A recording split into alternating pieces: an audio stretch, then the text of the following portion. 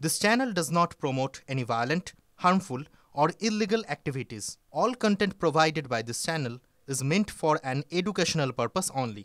Top quality और consistent performance के लिए सिर्फ सिल्वर पंप नाम याद रखना।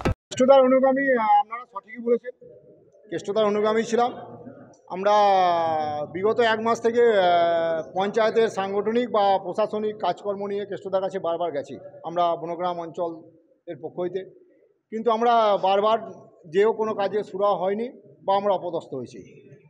তাই আমরা টোটাল পঞ্চায়েত সদস্যা, পঞ্চায়েত সমিতি সদস্যা, প্রতিটা বুথের সভাপতি এবং অ্যাক্টিভ কর্মী মিলে আমরা ঠিক করেছি যে আগামী দিন আমরা কাজলদার নেতৃত্বে বনগ্রাম অঞ্চল তৃণমূল কংগ্রেসের হয়ে লড়বে।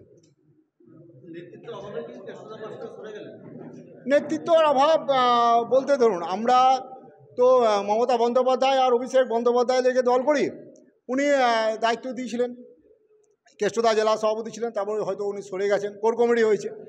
তবু আমরা কেষ্টদার কাছে গেছি, আমরা কেষ্টদাকে ভালোবাসতাম, এখনও ভালোবাসি, কিন্তু আমরা তো দল করি, দলের ঊর্ধ্বে তো কেউ নয়। যেখানে আমরা দেখেছি যে তৃণমূল কংগ্রেসকে আগামী দিন আরও এগিয়ে নিয়ে যাওয়ার জন্য আমরা কেষ্টদার কাছে যেও কোনো কাজ করতে পারছি না বলে আমরা নেতৃত্ব পরিবর্তন করতে বাধ্য হয়েছি।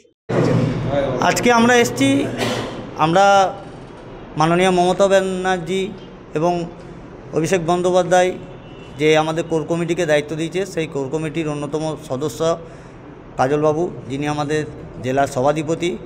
তাই আমরা সমস্ত দিক দিয়ে সাংগঠনিক ও প্রশাসনিক সব কিছু উন্নয়নের ধারাকে যদি বজায় রাখতে পারি, সেই হিসাবে ওনার কাছে এসেছি আমরা।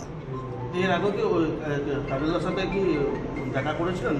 হ্যাঁ, ওনার মিটিংয়েও আমরা দেখা করছি, অবশ্যই সেখানে উপস্থিত ছিলাম। উনিও আমাদের একজন শীর্ষ নেতৃত্বের মধ্যে একজন আছেন। আমরা তৃণমূল দলটা করি, তৃণমূল দল কোর কমিটিকে দায়িত্ব দিয়েছে, আমরা কোর কমিটির নির্দেশে যা বলবে আমরা সেই হিসাবেই চলব। আপনাদের দেখা যাচ্ছে অনুগামী বলেই চেনা যেত জেলা। আমরা অনুব্রত বাবুর অনুগামী ছিলাম এবং যে নাই সেটাও নয়, আমরা অনুব্রত বাবুকে ছেড়ে এসেছি সেটাও নয়। আমরা তৃণমূল দল করি, আমরা কোর কমিটির পাশে আছি।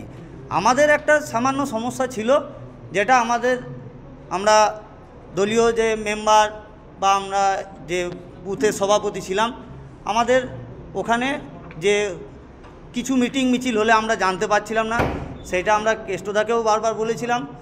কেষ্টদাও বিষয়টা দেখছিলেন, কিন্তু কোনো উপায় আমরা দেখতে পেলাম না। সেই হিসেবে কাজলদার কাছে আমরা শরণাপন্ন হলাম। নেতৃত্বের অভাবেই?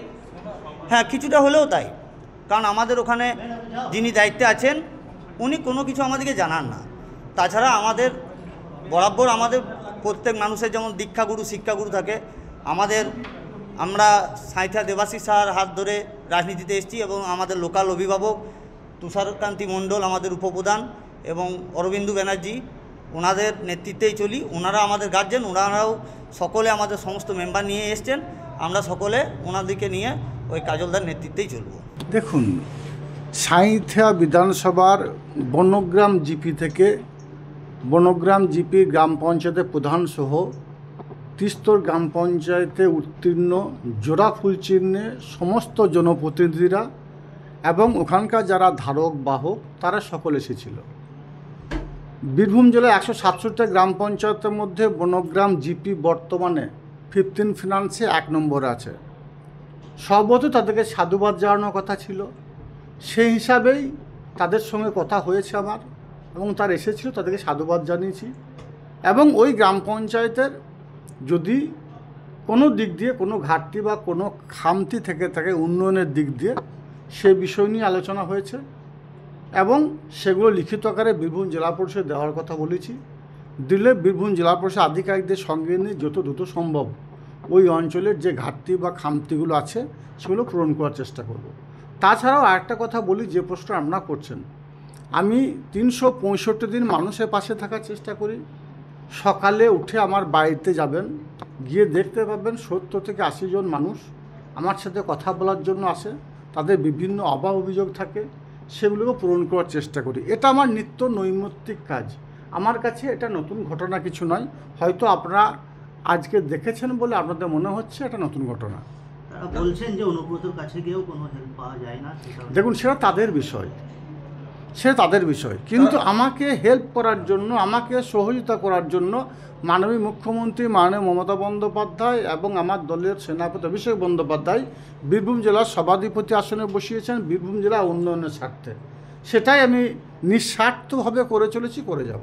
তারা বলছে অনুব্রত মণ্ডলের কাছে গিয়ে কোনো কাজ হচ্ছে না, তার জন্য নেতৃত্ব পাচ্ছে না ঠিকঠাক, সেই জন্য আপনার সাথে দেখা করতে এসছে, আপনার হয়ে কাজ করবে। এই বিষয়টি দেখুন, আমি একজন দলের কর্মী, আমি কর্মী হিসাবে কাজ করছি, কর্মী হিসেবে কাজ করব। কাজল শেখের শরীরের এক রক্তবিন্দু অবশিষ্ট থাকা পর্যন্ত দলের হয়ে কাজ করব। হিন্দু, মুসলমান, শিখ, খ্রিস্টান, ঈসাই সমস্ত সম্পদে মানুষের পাশে থাকার চেষ্টা করি এবং সেটাই করে যাব।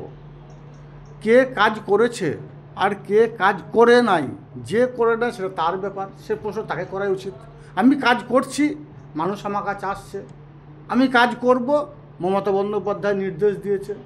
স্বভাবতই আমি সবসময়ের জন্য সবাইকে বলি যে মমতা বন্দ্যোপাধ্যায় জিন্দাবাদ, অভিষেক বন্দ্যোপাধ্যায় জিন্দাবাদ বলো। এই জন্য বলো, 2011 থেকে 2025 কয়েক বছরে অভাবনীয় পরিবর্তন ঘটিয়েছেন বাংলার বুকে।